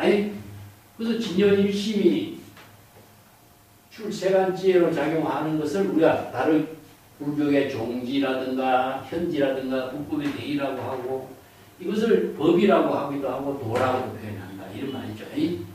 이런 표현들이요. 여러 가지 방편의 언어를 다양하게 제시한 것인데 이것을 연결해서 이루어지고 있는 내용을 파악하지 못하면 언어의 어떤 갈등 속에서 벗어나지 못하는 거죠. 자, 173쪽에 좀 들어봅시다. 신신명의 그 이야기 했죠. 이것은 무엇이냐? 선에서 만법이 하나로 되도록 한다. 하나는 무엇이죠? 바로 진여일심이지. 일체 그 환원성의 종교의 근본의 입장을 삼라만상 일법지소이라든가 만법일이라든가 만법귀이라든가 이런 말로 쓰는 것이 다 같은 말입니다.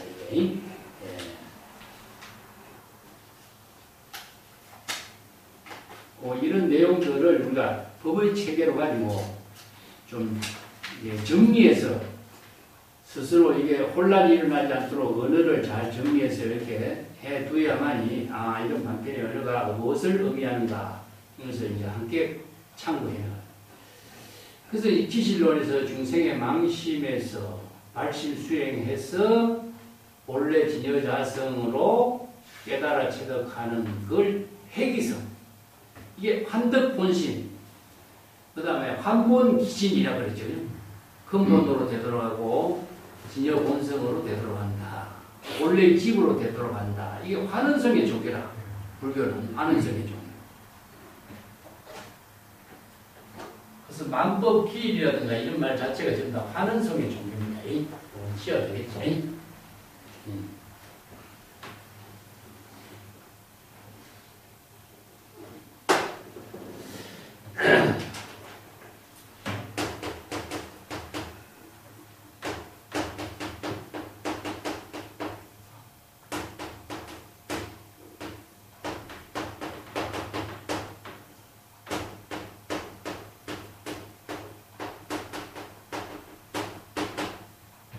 요걸 이제 줄여가지고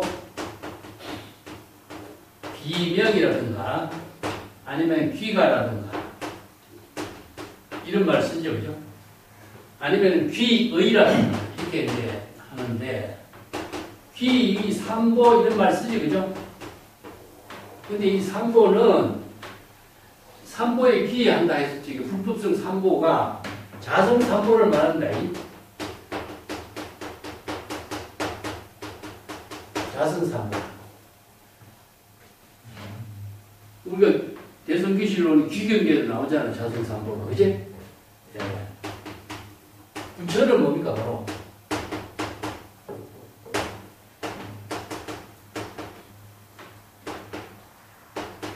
자, 여기서 사신으로 기신을 이렇게 해주지.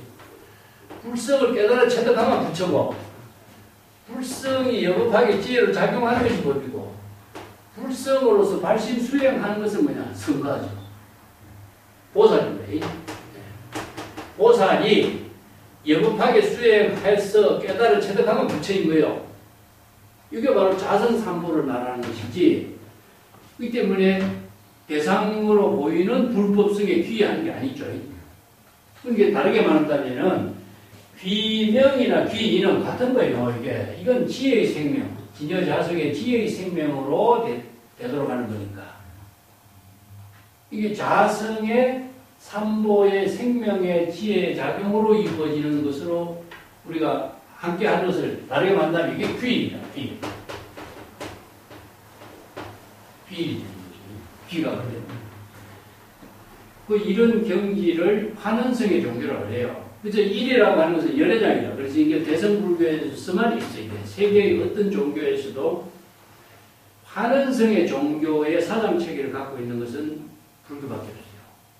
근데 노장자에서도 이제 자연으로 되돌아간다 이런 말을 쓰는데, 귀건이라는 거든가 이런 말을 써서 자연으로 되돌아간다. 자연이라고 하는 그것이 뭐냐 이거예요. 자연이라고. 애매하죠. 논리적으로 이 자연의 무의 자연. 근데 불교에서 자연이라면 진여자연이라는 말을 써요. 그래서 이제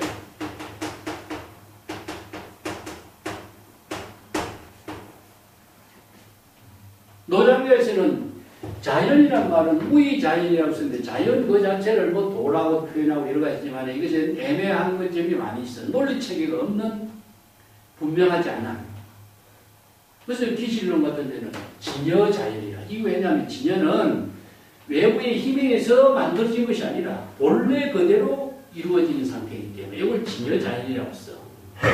이 때문에 진여 본성, 열애장, 불성은 본래 모습. 그래서 본래 면목이라고 써. 본래 열반이라고 써.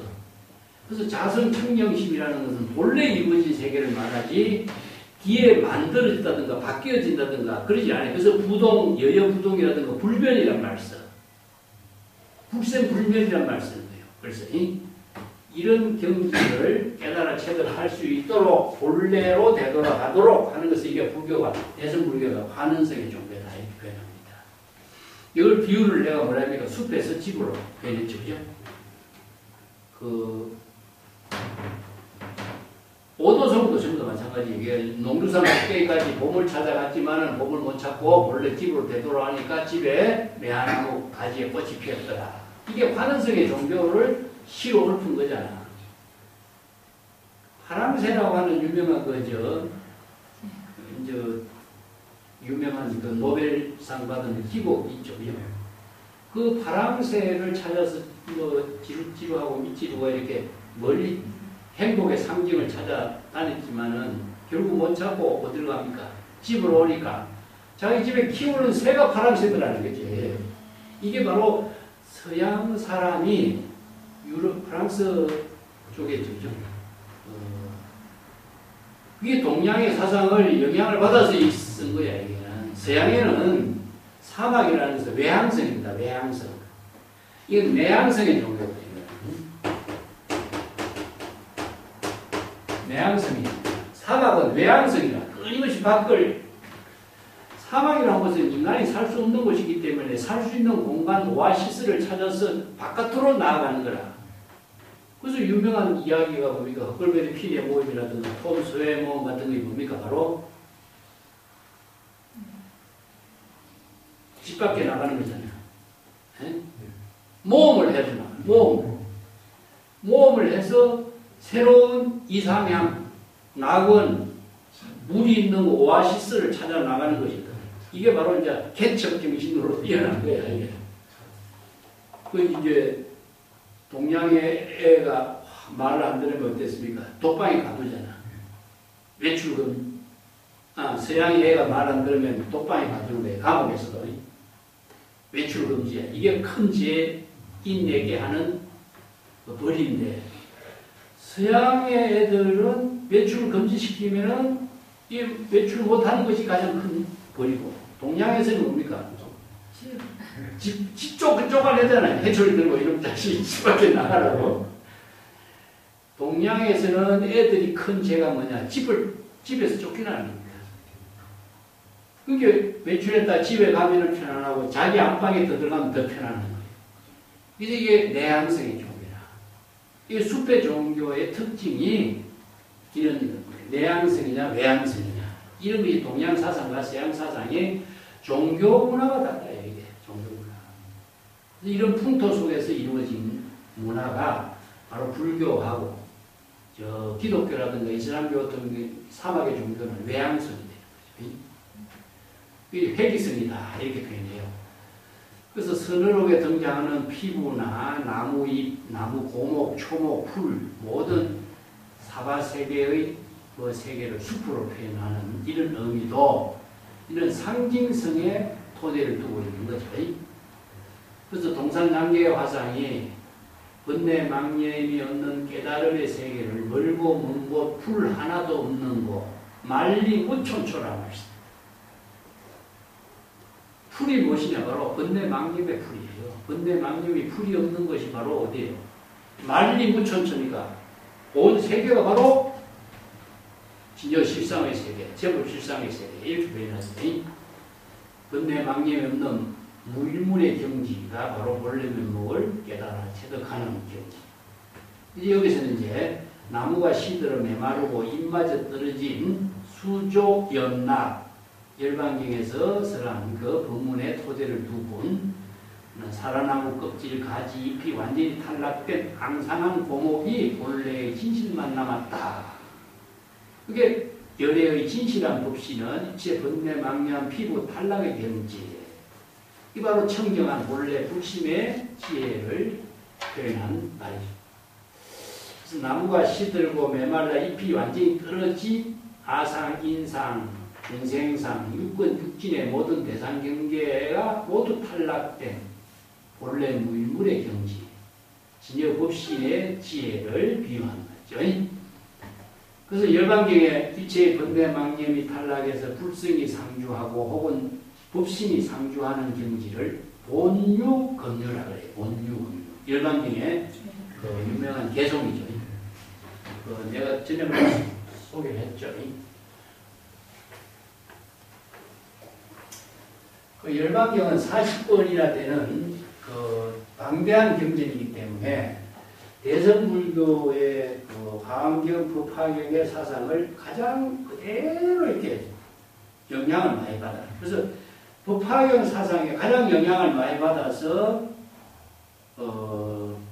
이루어진 경전이다. 이렇게 보는 거죠. 그래서 열반경, 법화경하고 열반경은 같이 이해를 해야 돼요. 본유, 금묵하고 본유,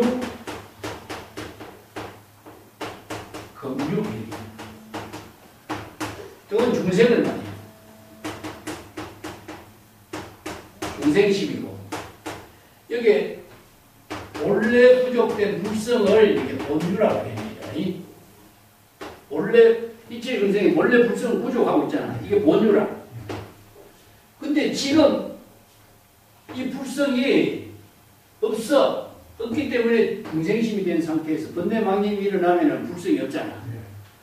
지금 그대가 중생심으로 사량 분별하고 육진의 대상 경계에 집착되어 있기 때문에 지금 없어. 그래서 중생심이 된 상태다. 이거예요.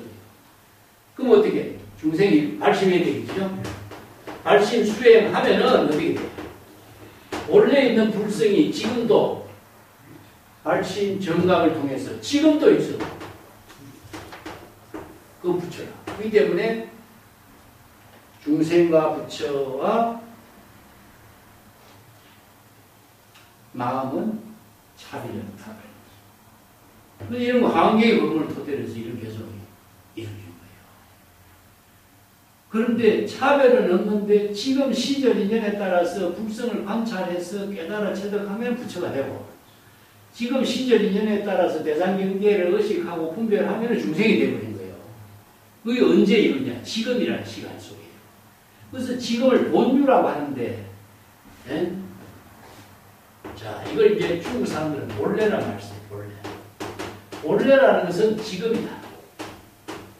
본래라고 하는 것이 따로 존재하는 시간, 공간이 아니라 지금이라고 하는 시간에 자기의 지혜의 생명이 작용하는 것을 본래, 지금, 본래라고 합니다.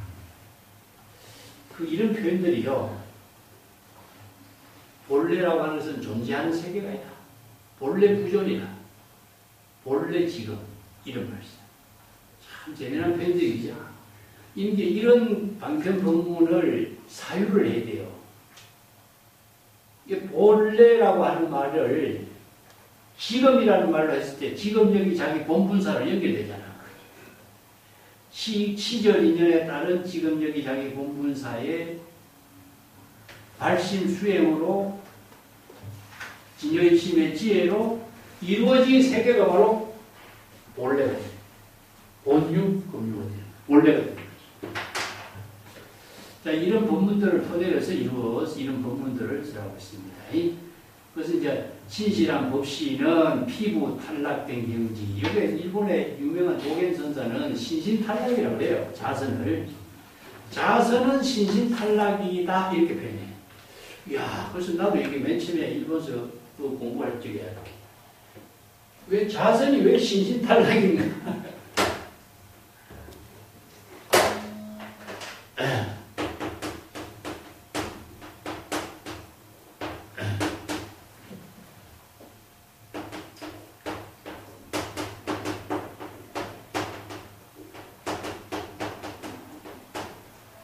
왜 자선이 신신탈락이죠?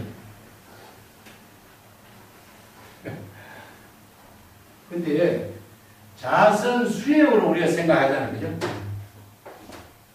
자선 수행. 자선 수행, 참선 수행 이렇게 생각하잖아요. 그럼 자선이라는 말을 하면은 가만히 앉아서 이렇게 화두를 참건다든가 이렇게 이것을 자선이라고 우리가 관념상으로 생각했던 거야. 근데 이 자선이라는 것은 지금 여기 자기 본분사. 본분사는 무엇이죠? 바로 진여유심의 지혜로운 생명, 지혜 작용을 해요. 이걸 좌도량과 똑같은 말입니다. 자선. 근데 우리가 자선이라는 말에 전부 다 앉아서 자선 수행하고 참선 수행하고 이것이 수행이라고 생각하는 거야. 근데 이게 중국에서 자선은 평상심시 도를 자선. 이걸 수행을 대상으로 하는 거 아니야. 어떻게 수행을 대상으로 할 수 있어? 자기 본분사의 공덕행을 실행하는 것이 수행이지. 그렇기 때문에 자선이라고 하면 전부 다 앉아서 자선하는 것이 수행이라고 생각해야 되는 거야. 이 뭐냐? 몸과 마음의 대상 경계가 모두 다 텅 비워진 존재다. 탈락은 선과 악, 육건 육진의 대상 경계가 텅 비워져서 지금 여기 자기 본분사의 지혜로운 삶을 사는 것이 자선이다. 이걸 다른 말로 한다면 참선이다. 참선. 그래서 행주자, 의묵동정이 모두 선이요 그런 말씀. 이 선이라는 한 글자가 일심의 지혜 작용이라 지금 여기 시절 인연에 따른 자기 본분사의 모든 삶이 바로 선인 거야. 이제 중국 선생들이 이것을 마조선사 같은 경우 이걸 평상심식이라고 합니다. 평상심으로 지혜로운 삶을 이루게 하는 것 이런 것이지 이걸 수행을 해서 그러면 수행은 목적을 두고 있잖아. 수행과 이게 중도라고 하는 것은 수행해서 목적을 이루는 것이 수행이 아닙니다. 수행과 깨달음이 구경이 평등 일회가 돼요. 발심 수행과 정각이 분리로 이루어져야 돼. 시각과 공각이 하나로 이루어져야 되는데 자선 수행에서 궁극적으로 깨달음을 이루고자 자선 수행하는 것 같겠던데 이걸 목적을 하는 겁니다. 이 때문에 이런 것이 우리가 언어를 통해서 정법의 본질을 바로게 자기 본분사로 실행하는 능력을 갖추지 못하면 언어에 속박되버리는 거라 마찬가지죠. 나무가 시더 메말라 잎이 떨어진 아상, 인상, 일체 망념이 탈락된 원래 물물의 경지, 법신의 진실에 한 작용 이걸 말합니다. 그래서 열반경에 번뇌 망념이 탈락해서 불성이 상주하고 법신이 상주하는 경지를 본주 검료라고 했다. 그래서 불성을 깨닫고자 한다면 시절 형색을 관찰하라. 그 말이죠. 그죠? 시절 인연에 따른 모든 사물의 형색을 여법하고 여실하게 제법 식상을 여법하고 여실하게 관찰해라. 바로 그래야 바로 관찰하는 그 자체가 바로 불성의 지혜의 작용입니다. 이게 불지견으로 제법 실상을 여실하게 관찰하는 것이 바로 진여의심의 지혜의 작용이잖아. 이게 바로 자기 본분사의 공덕행이 되는 것이다. 그 수행성은 번뇌 망념이 탈락한 깨달음의 경지는 어떻습니까? 질문하고 있는 거나 마찬가지죠. 그래서 본래 물물의 열반 적정의 경지를 깨달아 체득한 입장. 그걸 위해 지금 질문을 하고 있는 거죠. 근데 운문선사는 거기에 맞춰서 뭐라고 하죠? 가을 바람에 나무의 본체가 완전히 드러났다. 채로건풍. 그 채로건풍이란 말은 진여 본체가 여실하게 드러났다. 아까 로지 배부라고 그랬죠. 그죠? 로지 배부가 여실하게 드러나는 거와 마찬가지다. 그 백장화상의 유명한 깨달음의 법문이 있죠. 그죠? 내가 지난 시간에 언급했지. 심려 법문에. 신찬선사라는 사람이 자기 노선이 모시다가 백장선사 참선한 도량에 가서 백장선사 문화에서 참선해서 깨닫고 자기 노선님이 있는 곳에 다시 되돌아가서 노선님이 경을 읽고 있을 때에 벌이 한 마리 달아 들어와서 창호지를 들고 나가려고 하는데 못 나가는 모습을 보고 세상이 저렇게 밝고 넓은데 왜 그 창호지에다가 얼굴을 쳐갖고 또 떨어지고 얼굴을 쳐갖고 떨어지느냐. 벌이 곧 떨어지는 모습이 스승이 경전을 읽고 있는 비유에서 그렇게 스승을 비판한 거예요. 그렇게 저놈이 내 밑에 떠나서 어디 다녀오더니 하는 말이나 행동이 다르거든. 그래서 그대가 내 밑에 떠나서 어디 누구를 칭겨 나왔느냐 하니까 백장선사를 칭겨냈습니다. 그 백장선사에게 무엇을 배웠느냐. 그래서 백장선사 본문이 뭐냐. 영광동로라. 신령스러운 지혜 강명이 홀로 밝게 빛나니 영광독휘 이런 말씀입니다. 형탈근진이요. 육근육진의 모든 대상 경계를 모두 초월한 경지입니다. 그래서 채로진상이라는 말을 써. 이어서 채로진상이라는 말을 써. 여기에 똑같은 표현들이에요.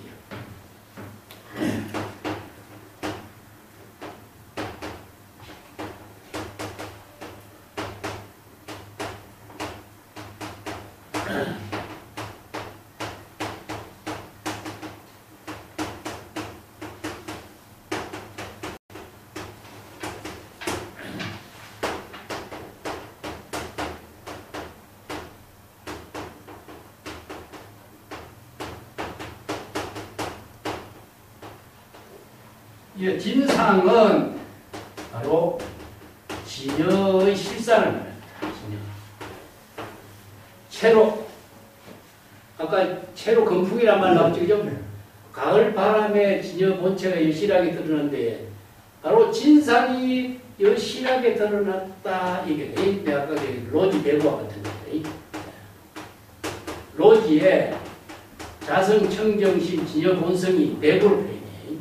열실하게 끝났다. 그 불성을 다르게 표현한 거죠. 배구로, 진상으로, 진여로, 진재로, 실제로, 뭐 열애장 불성으로, 열애법신으로 여러 가지 방편의 언어를 출생한 지혜의 언어로서 이렇게 표현한 거죠. 예. 그래서 체로 진상. 그게 진여 자성은 뭡니까? 일체의 어느 문자를 초월한 이언 진여의 경지다. 이게 어느 문자도 초월하고, 진여 본성은 번뇌망념에 오염되는 일이 없이 항상 본래 스스로 원만하게 지혜로 작용해서 이루어지고 있다. 중생의 번뇌망념을 다 여의 경지이기 때문에 이것을 바로 여여한 세불이라고 한다. 이렇게 표현해요. 이런 본문을 들으면 이게 바로 열애가 출세했던 안 했던 진여 본성은 항상 체로 진사진다. 본유건유라. 아까 본래 그대로 구족되어 있는 모습이다. 그래서 법성상주라는 말을 벌써 있다. 열애가 출세했던 열애의 지혜를 체득했든지 간에 중생식으로 있든지 간에 관계없이 진여자성은 항상 진여 본성이 여여하게 상주하고 있는 것이다. 그래서 유명한 우리가 성안내는 그 얼굴이 참담 공양고 이런 말 쓰죠.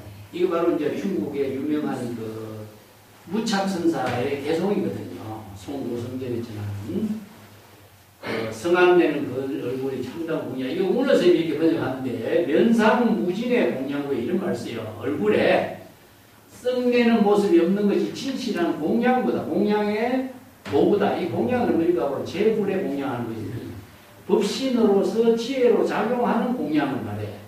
물건을 누구에게 주고받는 게 공양이 아닙니다.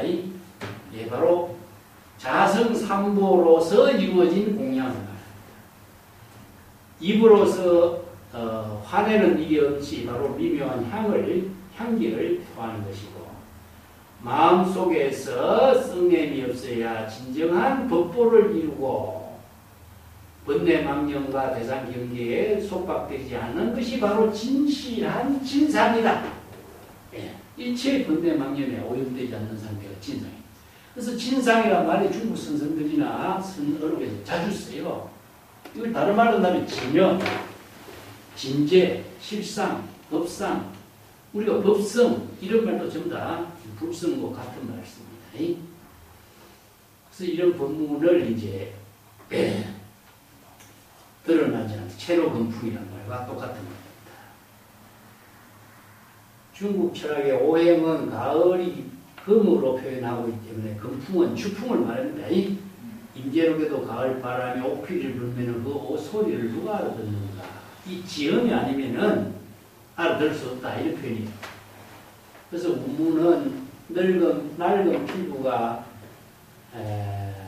무상에 파괴되고 육신을 통해 법신의 지혜 작용을 꿰뚫어 보고 있는 말로 이 본문을 설했는데, 우문선사는 법신, 화신, 법신이라고 표현하지 않고 체로건풍이라는 한마디로 밝히고 있다는 사실이 시적인 표현입니다. 시적인. 질문도 제법 실상을 시적으로 했고, 대답도 제법 실상의 세계를 시적으로 대답한 거예요. 이게 이제 유명한 본문으로 중국 선성들에게 주목받게 된 거예요.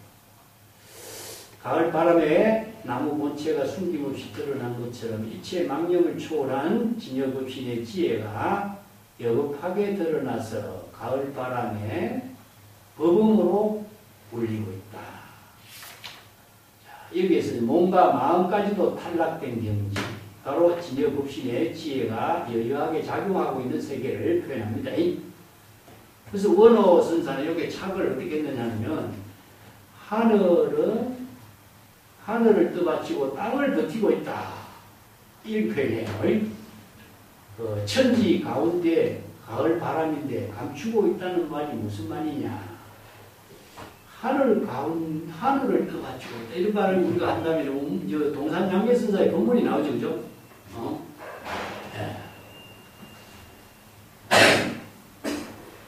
진상을 다른 말로 또 뭐라고 표현합니까? 중국 사람들은. 네? 여기서는 진상이라고 표현했는데,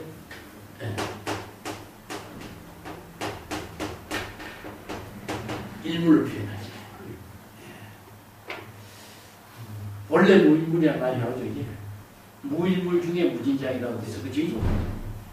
근데 일물이라고 하는 말 그 자체가 그 어디에서 맨 처음에 쓰느냐면은 노자에서 이 말 써요.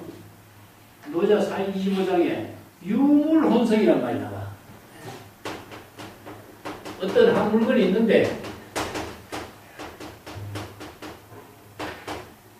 이체의 모든 만물과 함께 혼합되어서 이루어졌다 이렇게 표현해요. 우리 육신이 온갖 지수, 화풍, 모든 사물과 함께 혼성으로 이루어지잖아. 자, 이걸 다른 말로 한다면, 이 물은, 선성들은 일물로 표현해요. 일물은. 근데 일물이라고 하는 것은 바로 진여 그 자체만 이야기하는데, 진여 자체만이 일물이 될 수 있겠어요? 일물의 내용을 본다면은,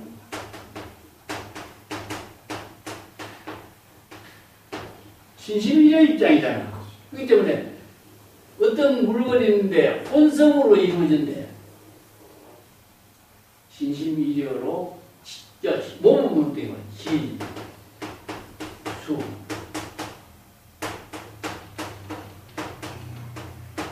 사대를 줄이시잖아. 지수화풍 4대 5운으로 이루어지죠. 그치? 이게 노자에서 25장에서는 한 물건이 있는데 여러 가지 사물이 혼성으로 이루어진 물건이 있다 이렇게 표현하거든요. 근데 이 물건이냐? 천지 이전이야. 그래서 이제 우리가 중국 선생들이 천지 미분전 이런 말 쓰죠. 그래서 이런 어른들이 장자에도 이런 말 써요. 혼돈 천지 미분전 이런 말 쓰는데 혼돈 이전 천지 미분전 이것은 하늘과 땅이라는 그 차별 분별식이 일어나기 이전이라는 뜻이거든요. 이게 이제 노장에서 쓰는 말은 자연의 입장이고 본래의 입장이 표현해요. 근데 중국 선생들은 이게 진여의 입장에서 출세간지로 작용하는 입장으로 이걸 또 선생들을 써. 언어는 비슷해도 이런 조금씩 달라. 그래서 유명한 그 동산양계 선사가 일물이란 말 쓰잖아. 일물. 한 물건이 있는데 이 한 물건이 어떻게 작용하고 있는가? 하늘을 떠받치고 땅을 지탱해. 네? 천지를 함께 하는 일물입니다. 만물 일체의 일물인 거라 이게 선생들이 사용하는 법문이 그래서 틀린 거예요. 그런데 천지 이전에 이루어진 일물하고 천지와 함께한 일물하고 틀리잖아요. 그 천지를 한 물건이게 하늘을 떠받치고 땅을 지탱하고 항상 작용하는 그 가운데 있다. 그러니 일물이 어떻게 돼요? ing. 법신의 지혜가 작용하는 ing 상태를. 그런데 시력과 같이 대상경계를 보여. 본래 무인물이라 대상경계를 봅니다. 네. 근데 그 일물이 지금 어디에 있는가? 어디로 통과하고 있는가? 이걸 저 수행승들에게 질문을 던진 거예요. 동산장계 선사가. 그때 동산장계 선사의 문화에 태장로라고 하는 장로 나이 많은 사람이 동용, 작용하는 그 가운데를 통과하고 있습니다. 하니까 동산장계 선사가 혀를 차면서 에이 수행하는 사람이 어찌 그런 말을 하는가. 나가라! 이렇게 쫓아내버리네. 그래서 다른 부분에는 과자를 먹으면서 이런 대화를 하는데 에이 과자상 치워라. 과자 먹을 자격이 없다. 참아있을 자격이 없다. 쫓아내버리네. 이게 이제 화두가 된 거야. 동용하는 가운데, 작용하는 그 가운데 있다 하면 작용하는 그 가운데 있는 존재가 되잖아. 이건 영혼이 되는 거예요. 원래 무일물이기 때문에 실체로서나 존재로서는 이게 시력과 같이 대상 경계로 보이는 것이 아니다라고 했잖아. 원래 무일물인데 작용하는 그 가운데 있다 하면 존재하는 것이 되잖아. 영혼처럼. 이게 차이라. 영혼과 국성과의 차이를 잘못 보고 있는 거예요. 안보 없는 사람이 되기 때문에 그 수행자 그런 안보 가지고 무슨 수행하느냐 이게 동산양계 선사가 기타. 그래서 이게 후대 선생들에게 주문을 받아가지고 찾아도 찾아볼 수 없습니다. 대상경계를 볼 수 없는 경지다. 왜? 실험과 같기 때문이다. 이렇게 표현해요. 그 본래 무일물이다. 본래 무일물이라고 하는 것은 일물이지만은 한 물건이 본래로 실체로 존재하지 않는다. 그래서 이제 유명한 해양선사가 육조 해능선사를 찾아가서 지금 신마물이 인말이에요. 이렇게 표현해요. 어떤 물건이 이렇게 왔는가 이렇게 표현해요. 신마물이 인말이에요.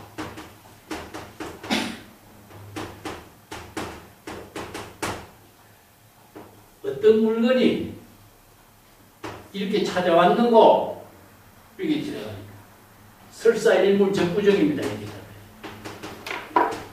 설사 한 물건이라고 말해도 맞지 않는 소리입니다. 어찌 한 물건이 존재한다고 그런 말씀하십니까? 원래 무일물인데. 일물이라는 말은 임시방편의 언어로서도 일물이라는 그 실체가 존재하는 것이 아니라는 사실을 불성이라는 말을 써도 불성이라는 말은 실체로 존재하지 않습니다. 이런 말입니다. 그래서 뜻이 태합된 거예요. 이심전심이. 그래서 똑같은 성분답이라도 안목이 없으면은 동용하는 움직이는 그 가운데 통과하고 있습니다 하니 안목이 없는 사람이고 움직이는 가운데 대상경계를 찾아도 찾아볼 수가 없습니다. 이거는 실제로 대상경계가 보이지 않는 세계니까 안목이 있는 사람입니다. 자, 이런 부분들이 바로 자 일문을 중심으로 해서 여러 가지 이제 선생들의 부분이 나온 거죠. 네.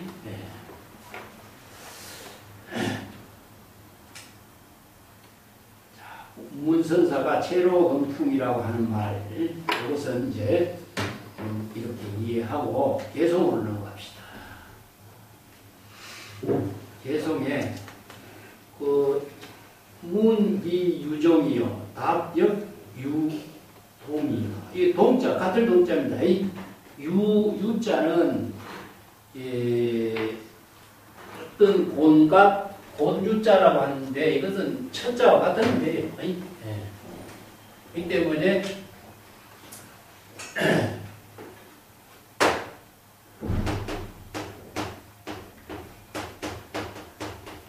그러한 경지와 같은 입장이죠.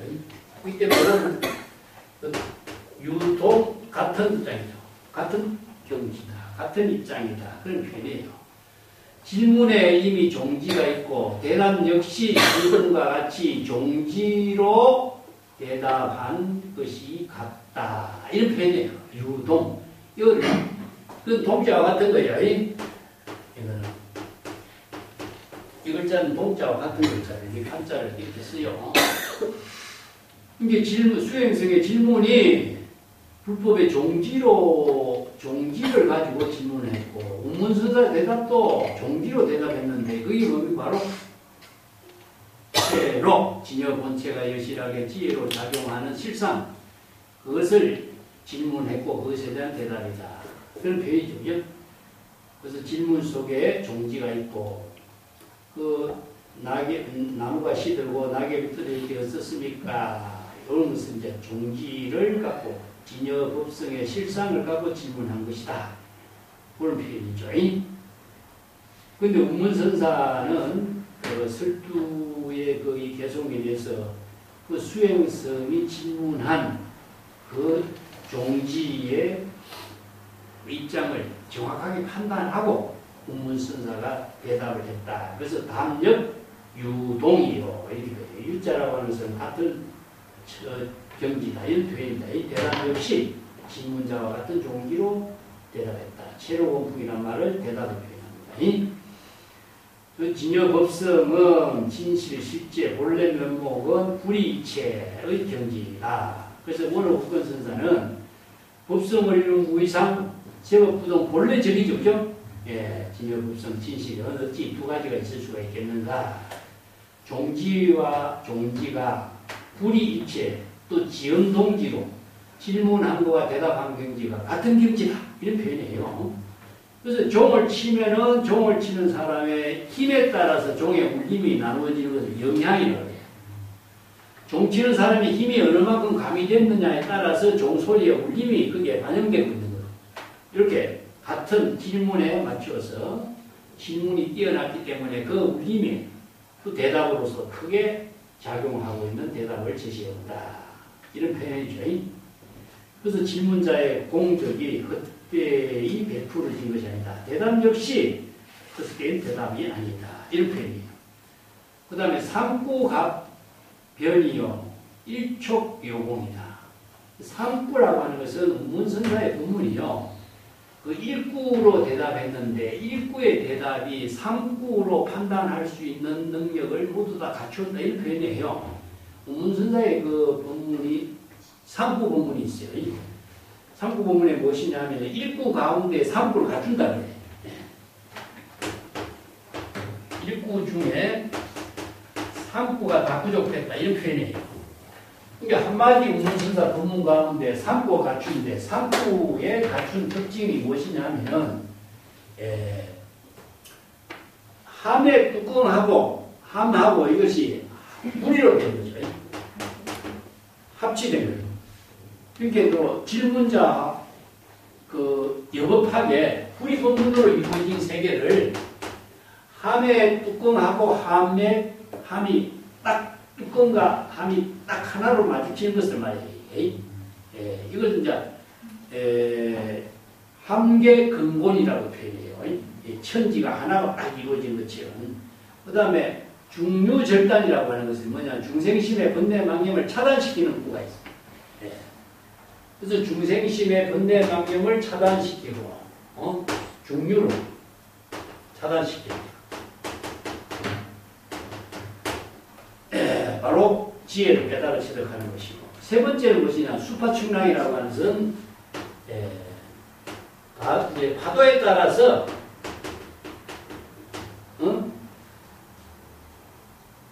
이제 물결을 치는 것을 말이에요. 이거는 수연성이라고 해요. 이게 수행자의 경계에 맞춰서 설법한 것이다.